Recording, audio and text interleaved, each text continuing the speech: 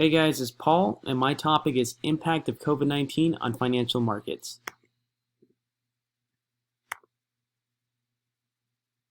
So financial markets. So I decided to focus on three different categories: unemployment, stock market, and industrial production.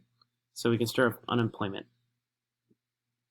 So prior to the pandemic, the US economy was actually doing very well. Unemployment was at a 50-year low. The economy was thriving. Unfortunately, when the pandemic came about, it spiked to its highest rate since post-World War II at a 14.7% unemployment rate.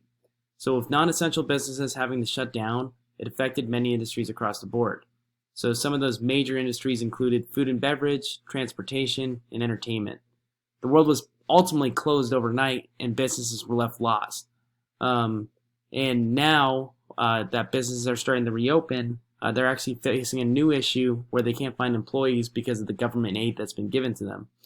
Some people are actually making more money off unemployment when they were actually working before the pandemic hit.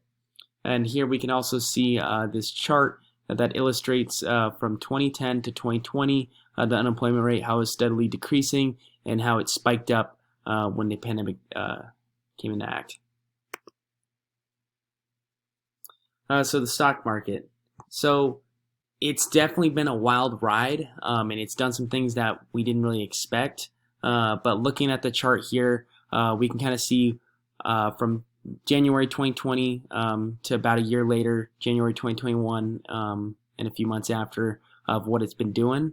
U.S. stocks actually peaked February 12th and held steady until February 19th, and then fell over 37%, bottoming out in March 23rd. So stocks rose substantially after that, and it peaked again around September 2nd. So although it took a pretty big plunge, the stock market actually soared regardless of the global pandemic. And one thing to keep in mind, Congress did pump a lot of money into the economy through numerous relief bills, so that definitely provided aid.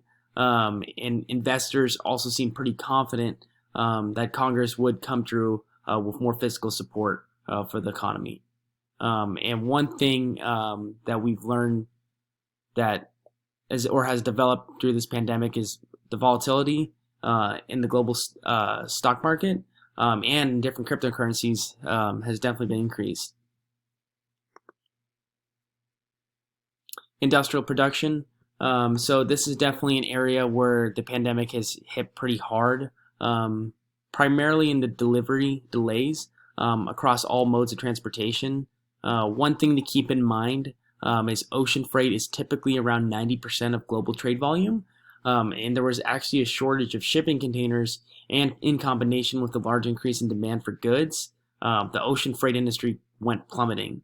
And air freight, their capacity also dropped as well, and that's a large portion of air cargo that actually flies in the bellies of passenger flights, so many of which were actually canceled as passenger traffic dried up, as nobody was traveling anymore or stopped for a while.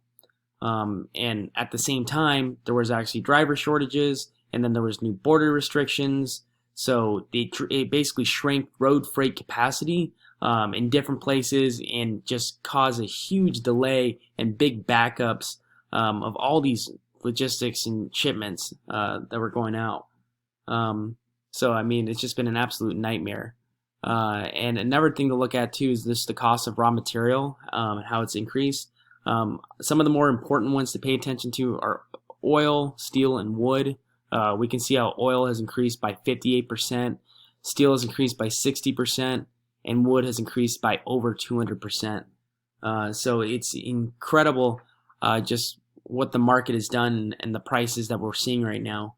And some things to also keep in mind is companies also have to withstand COVID-19 regulations in regards to their workforce. So this means that there's been a decrease in workers, which also decreased the efficiency.